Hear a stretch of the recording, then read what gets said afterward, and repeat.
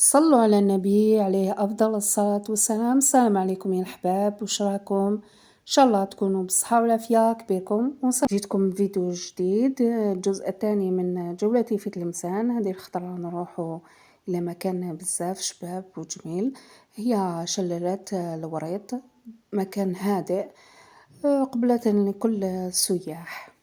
ان شاء الله تكملوا الفيديو الى الاخير ومتنساوش اللايك يا ناس الخير، فرجة ممتعة للجميع. قبل ما نروحوا للالستي لازم نجوزوا على شلالات الوريط، اين المكان هو بزاف هادئ. هذا شلال موجود بين الجبال والاشجار، وعلى تانيك جسر اللي تجوزوا عليه باش تقدروا تشوفوا هذا شلال. منظر بزاف رائع رائع، تحسوا روحكم في راحة نفسية أكيد. كاين هدايا هادوما اللي تشروهم للأحباب والأصدقاء اللي تمثل تلمسان.